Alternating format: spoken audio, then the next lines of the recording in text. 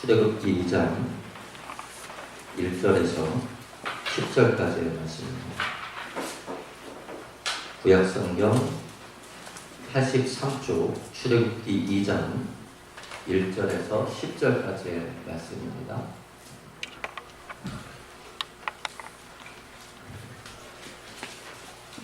제가 봉독하겠습니다. 모두 한 목소리로 같이 또 읽으셔도 좋겠고 눈으로 읽으셔도 좋겠고 자유롭게 함께 합독하셔도 좋습니다.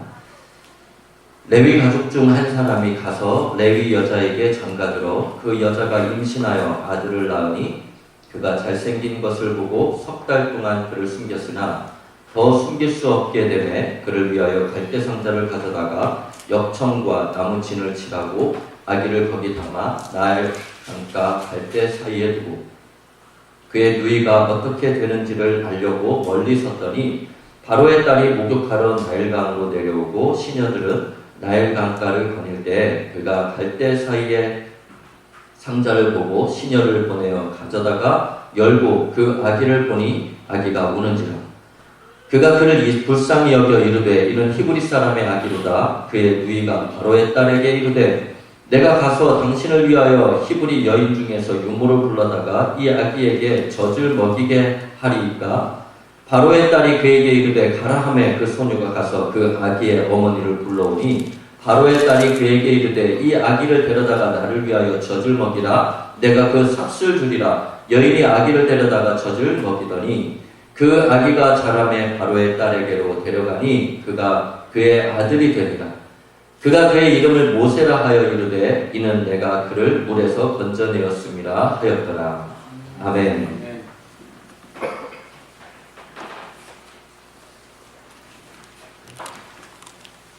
보통 부모들이 자녀를 바라볼 때요 4살, 5살까지는 공통적인 생각을 가진다고 합니다.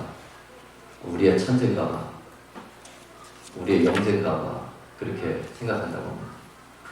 다른 아이들보다 좀 빠른 것 같고 똑똑한 것 같고 말도 잘하는 것 같고 그래서 내 아이가 굉장히 특별한 아이 같이 느껴진다 그러는 거예요. 그래서 영재 테스트를 그때 다 한답니다. 요즘에 영재 테스트 하려면요 몇 달씩 기다려야 된답니다. 그렇게 영재 테스트 하는 사람들이 많다고 그래요. 근데 영재가 뭐 아무나 영재가 되는 게 아니잖아요.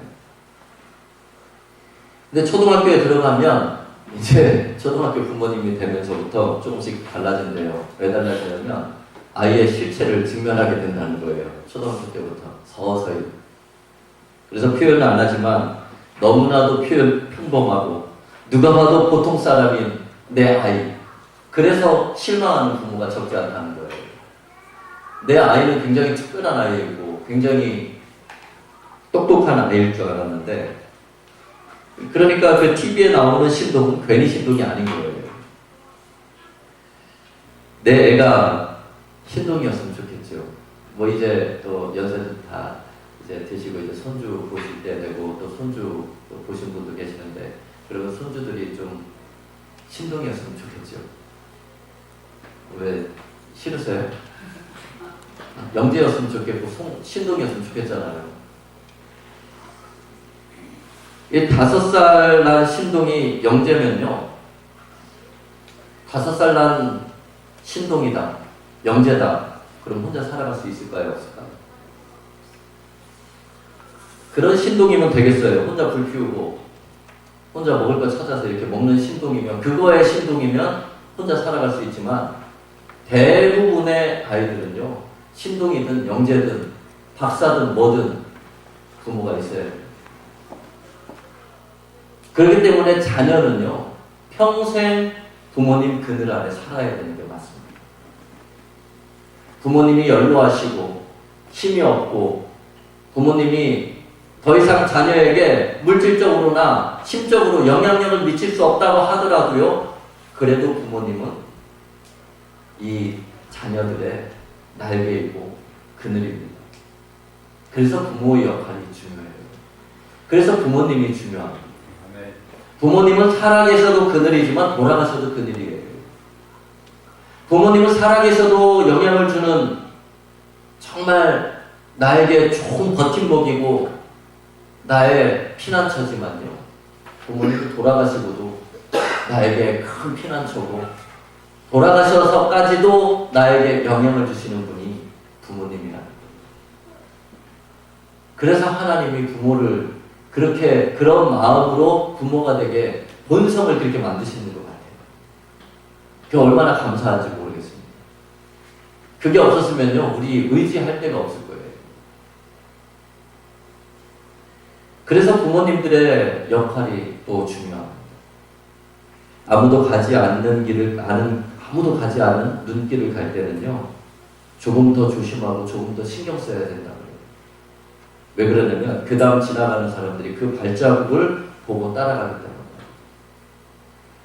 부모는 세상에 족적을 남겨요. 어디에 남깁니까? 부모가 세상에 흔적을 남기는 거 어디에 남깁니까? 자녀에게 남깁니다. 자녀는 부모의 흔적이에요. 그래서 나는 내 부모의 흔적이라고 이렇게 생각하시면 됩니다. 그렇다고 왜 나는 안 좋은 것만 하고 안 좋은 것만 이렇게 배워갔습니까? 그런 생각하지 마십시오. 부모가 안 좋은 걸 주고 싶어서 준 게 아니에요. 부모님은요, 좋은 걸 주길 원하셔요. 그리고 적지만 부모님이 나에게 주신 좋은 것들이 많이 있거든요. 우리 부정적인 것만 먼저 생각하게 되기 때문에 우리가 또 흔적을 보면서 난 왜 이렇게 안 좋은 것만 주셨어, 이렇게 생각할 수 있거든요. 그러나 부모님은 부모님이에요. 좋은 걸 주기를 원하시고요, 자녀들이 좋게 자라기를 원하시는 거예요. 그 부모의 흔적이 고스란히 내 자녀에게 새겨지니까 자녀 입장에서는 부모님을 그렇게 바라봐야 되겠지만 부모 입장에서는 어떻습니까?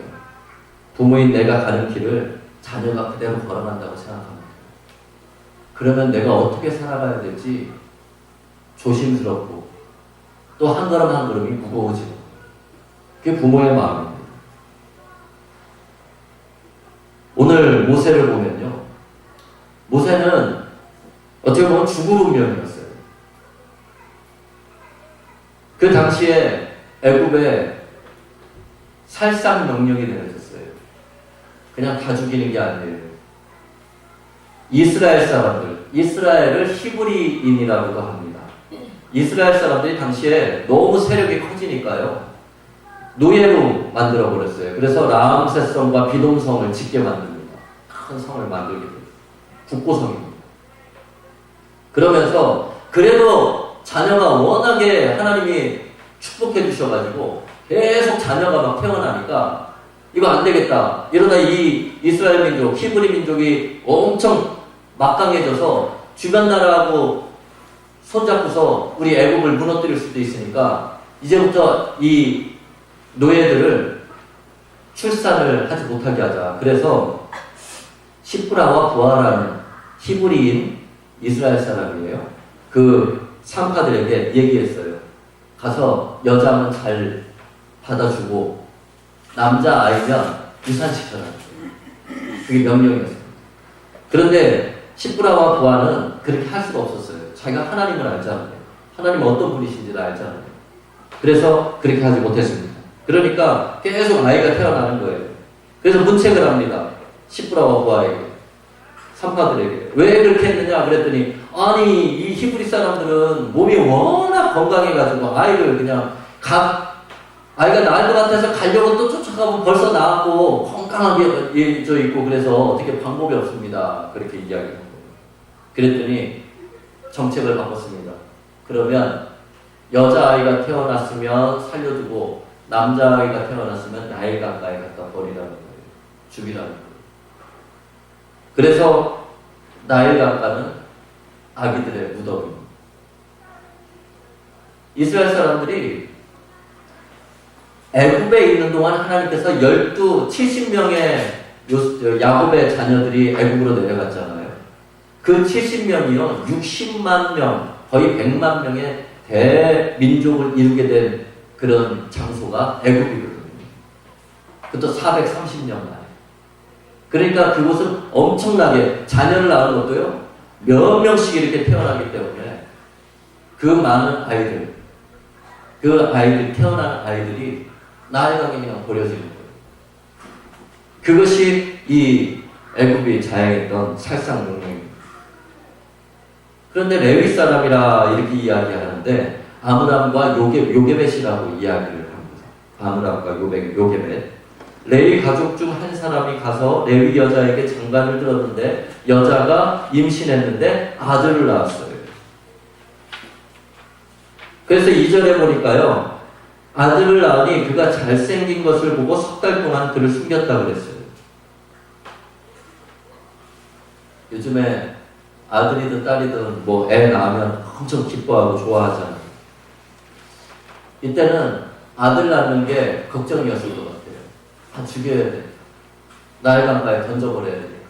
딸이면 내 품에 안고 키울 수 있는데. 근데요, 그것만으로 기쁘지는 않을 거예요. 왜 그러냐면 당시 애굽의 노예들이잖아요. 노예가 애를 낳으면 어떻게 됩니까? 낳은 아이도 노예예요. 대대로 노예예요. 내가 노예를 태어나게 한 거예요. 그 부모 입장에서 얼마나 마음이 아팠겠어요. 좋은 환경에서 살아가도록 해줘야 되는데요. 부모가 할 수 있는 건 하나밖에 없어요. 노예로 만드는 거예요. 그게 이 당시에 애굽의 노예였던 이스라엘 사람들이 부모들이 가진 마음이에요. 그래서 아이를 낳으면서도 마음이 무거웠을 겁니다. 힘들었을 거예요. 이스라엘 민족, 그 히브리 민족이 엄청나게 번성하니까요. 애굽에서 걱정해가지고 자녀들을 갖다 다 죽이라고 그랬잖아요. 근데 오늘 본문 말씀은 참 재미있습니다. 뭐 때문에 이 아들을 안 죽이고 숨겼을까요? 뭐 때문에 숨겼다고 나와요? 잘생겼기 때문에. 못생긴 사람은 그러면 애가 못생겼으면 그냥 갖다 버렸을까요? 여기 보면요. 태어난 아기를 보니까 잘생긴 것을 보고 석 달을 숨겨놨는데 석 달을 숨겨도 그 다음부터는 어떻게 숨길 방법이 없는 거예요. 뭐 애국 사람이 딱 보면 바로 갔다가 나일강가에 던져버리니까요. 그래서 방법을 쓴 게 이 아이를 바구니에 갈대 상자를 만들어서 아이를 거기다 갖다 놓는 거예요. 근데 여기서 잘생겼다 이런 표현은요. 그냥 외모가 잘생기고 야 연예인 해도 되겠어 그런 잘생김을 이야기하는 게 아닙니다. 히브리 민족에게는요. 하나님의 구원에 대한 기대가 있었어요. 애굽에서 비록 노예로 살아가고 있지만 하나님이 히브리 민족을 사랑하고 이스라엘 민족을 사랑하고 이스라엘의 하나님, 아브라함의 하나님, 이삭의 하나님, 야곱의 하나님이 우리 조상의 하나님이 우리를 구원해 주실 것이라는 걸 믿고 있었어요. 확신하고 있었어요. 그런 기대가 이 아이의 얼굴에서 보여졌던 거예요. 그게 얼굴이 잘생겼다. 어떻게 트랙업 시켜줄 것이다 이런 기대를 했던 것 같지는 않아요. 그러나 이 아이에게 하나님의 영광이 보여진 거예요. 하나님이 아이와 함께 하고 있다는 것을 눈으로 목격한 거예요. 부모가 자녀 안에 있는 하나님의 영광을 보는 것은요, 엄청난 축복입니다. 내 자녀 안에 하나님의 계획이 있다는 것을 깨닫는 건요, 그것만큼 축복이 없는 거예요. 뭔지도 모르면서 이게 영재인가 천재인가 이거는 중요하지 않아요. 내 자녀가 하나님의 사랑을 받고 하나님의 계획 속에 있다는 것, 그것을 부모가 깨닫는 게 최고의 복이라는 거예요. 거꾸로 이야기하면요, 내 안에 계신 하나님을 부모님께 보여드리는 거예요. 이거 엄청난 효도예요. 내 안에 살아계신 하나님을 보여드리는 거예요. 그게 부모로서의 역할을 아버지께서 어머니께서 부모로서의 역할을 최선을 다하셨기 때문에 제 안에 하나님이 살아계십니다. 이렇게 보여드리는 거예요. 근데 너 커서 뭐 될래? 너는 어째 그 모양이냐? 이렇게 자녀를 향해서 푸념하는 부모님이 가끔 계시거든요. 부모님은요, 징검다리예요. 징검다리. 어떤 징검다리냐면 하나님과 자녀를 이어주는 징검다리예요. 아멘. 부모가 배 안 굶기고 공부 많이 시켜주고 건강 잘 챙겨주라고 하나님께서 부모 되게 하신 게 아닌 것 같아요. 성경을 보면 볼수록 더 그게 느껴져요. 부모가 이 자녀를 이 세상에서 어려움 없이 살아가도록 책임져야 되는 게 부모가 아니라는 거예요. 하나님께서 부모를 세우신 건요, 자녀들이 부모를 통해서 하나님을 보게 하기 위해서 부모로 세우신 거예요. 아멘. 마태복음 6장 25절 말씀입니다. 그러므로 내가 너희에게 이르노니 목숨을 위하여 무엇을 먹을까 무엇을 마실까 몸을 위하여 무엇을 입을까 염려하지 말라. 목숨이 음식보다 중하지 아니하며 몸이 의복보다 중하지 아니하냐. 공중에 새를 보라 심지도 않고 거두지도 않고 창고에 모아들이지도 아니하되 너희 하늘 아버지께서 기르시나니 너희는 이것들보다 귀하지 아니하냐. 이 32절입니다. 이는 다 이방인들이 구하는 것이라 너희 하늘 아버지께서 이 모든 것을 너희에게 있어야 할 줄을 아시느니라. 이 말씀은 뭡니까? 하나님이 기르시고 하나님이 책임지시겠다. 자녀들 먹을 거 걱정하지 말라는 거예요. 하나님이 하실 일이지 우리를 통해서 하시겠지만 하나님이 하실 일이지 우리가 염려할 일이 아니라는 거예요. 우리가 할 일은 자녀를 하나님께 맡기는 거예요. 아므람과 요게벳은요, 자녀를 하나님께 맡겼습니다. 부모가 할 수 있는 만큼만 한 거예요. 그러니까 하나님께서 나머지 알아서 하시는 거예요. 처음에 갈대상자를 만들죠. 갈대상자 만들면서 어떤 생각을 했겠습니까? 갈대상자를 만들면서 자녀를, 아들을 떠나보내야 되는 이 안타까운 마음이었죠. 그런데 하나 그래도 희망적인 건요, 나일 강가에 던져져서 죽지는 않으니까 그래도 거기에 갈대상자에 넣어서 살릴 수 기대가 있으니까 좋았던 거예요. 그러나 한편으로는 어디 갈지 모르잖아요. 그것도 염려가 돼요. 그러나 그 이후에는 내가 걱정할 문제가 아닌 거예요. 그만큼만 하면 되는 거예요. 그래서 갈대상자를 만들어서 잘 방수 처리해서요. 그래서 갈대 숲에다가 놓은 거예요. 강가 갈대 숲에다 놓은 거예요. 그 강에, 영화 보면 강에 이렇게 떠내려 오잖아요. 목욕하는 대로 떠내려 오는 게 아니라 그냥 갈대 그 사이에다가 그냥 올려놓은 거예요. 떠내려가지 않게. 근데 그게 아이러니하지 않아요?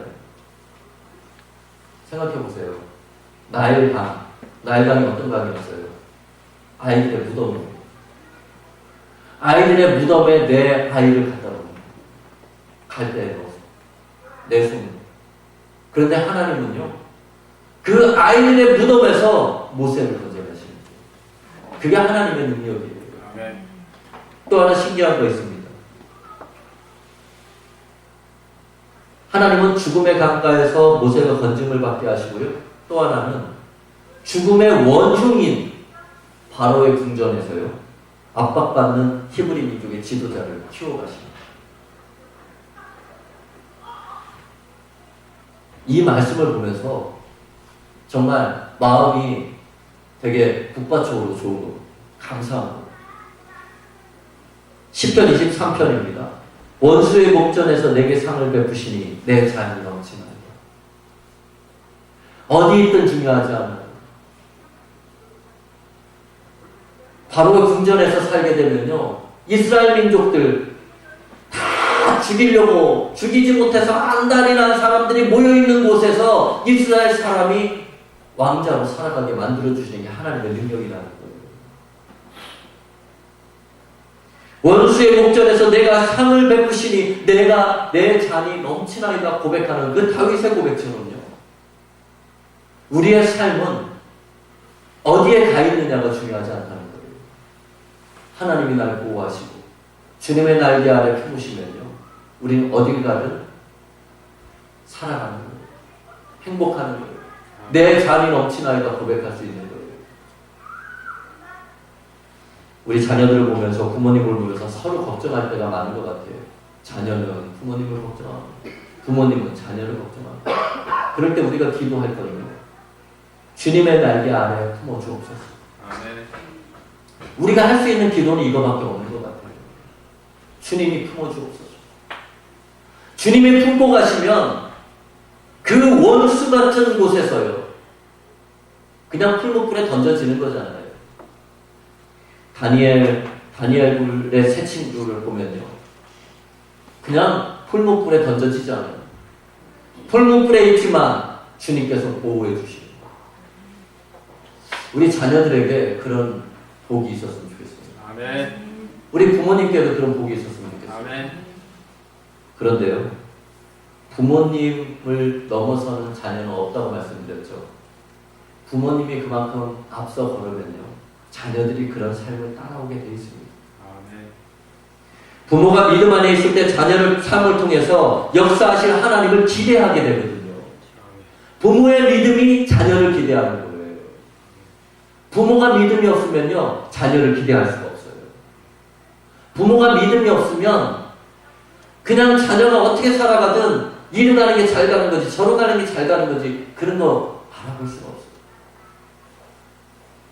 그래서 가끔 부모의 조급함에 끌려다니는 자녀들을 봅니다.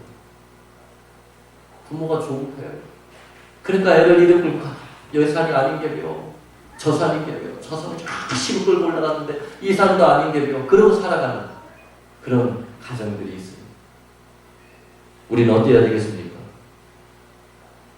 정말 하나님께 기도하고 하나님이 내 목숨을 살려주시고 내 인생을 인도하셨다 그러면요, 동일하게 내 자녀도 인도하시는 거예요. 아멘. 아브라함이 그랬고 이삭이 그랬고 야곱이 그랬습니다. 그걸로 해서 흘러온 민족이 히브리 민족이고 이스라엘 민족이에요. 이스라엘 민족을 보면요, 참 자기 민족을 사랑할 수밖에 없는 이유가 있어요. 왜 그럴까요? 조상이 잘나서요? 조상이 잘 살게 해줘서요? 조상 때문에 노예됐거든요. 현실적으로는 좋은 거 주지 못했어요. 그러나 자기 민족을 사랑하고 자기 민족의 목숨을 거는 이유는 그 민족을 이끄시는 하나님을 바라보기 때문에. 아멘. 오늘 본문에서 참 또 하나님께서 인도하시는 역사를 보게 있습니다. 그 누이 미리암이요, 유머 좀 소개시켜 줄게요 그래요. 그러니까 그때 에이 노예가 여기서 뭐 하는 거야, 그리고 쫓아내지 않고요, 그럼 데려와라. 그래서 모세를 자기 엄마 친엄마에게 기르도록 만드는 거예요. 유모를 데려올게요 하고 가가지고 누구를 데려왔습니까? 어머니 요게벳을 데려왔거든요. 그리고 하나님이 그렇게 만들어 주시는 거예요. 산파 시브라와 부하에게도 복을 주셨다고 1장에 나옵니다. 근데 또 그 요게벳에게도 복을 주신 거예요. 무슨 복을 주셨어요? 나라 녹을 먹게 하셨잖아요. 삭슬 줄 테니까 애 젖을 먹이라는 거예요. 내 애에게 젖을 먹이면서 내가 삭슬 주는 거예요. 유모가 되게 하신 거예요. 그러면서 이 모세를 어떻게 키웠겠어요? 너는 히브리 민족이다. 너의 조상은 누구고 우리는 아브라함과 이삭과 야곱의 후손이고 어떻게 해서 역사를 다 이야기를 해주고 하나님은 살아계신 하나님이라는 걸 항상 이야기를 해줬어요. 하나님이 그렇게 애굽에서 모세를 건져내서 모세를 만들어 가셔서 결국 이스라엘을 구원시키는데 사용하신다는 거예요. 우리 자녀를 바라보면서 어떻게 되었으면 좋겠습니까? 오늘 유아 세례를 우리가 같이 베푸는 날입니다. 아이들은 몰라요. 영재건 천재건 혼자 놔두면 아무것도 못합니다. 그래서 부모가 있는 거예요. 근데 부모가 세상 방식대로 아이를 기르려면요, 한도 끝도 없습니다. 그리고 자녀가 어떻게 될지를 모르는 거예요. 주님께 맡겨야 돼요. 그러면 평안이 오고 여유가 생기는 거예요. 자녀의 몸뿐 아니라 영이 잘 자라도록 돕는 부모가 되기를 원합니다. 오늘 우리가 함께 이제 유아세를 같이 나눌 텐데요. 유아세를 갖는 모습을 보면서 우리 자녀들을 위해서 기도하는 시간 되기를 원합니다. 또 유아세를 우리가 같이 나누면서 우리 생명숲교회 자녀들이 다음 세대가 정말 잘 세워져 갈 수 있도록 저를 먼저 세워주시옵소서. 저를 믿음으로 세워주시옵소서. 그런 영적인 부모들이 기도하는 부모가 되기를 소원합니다.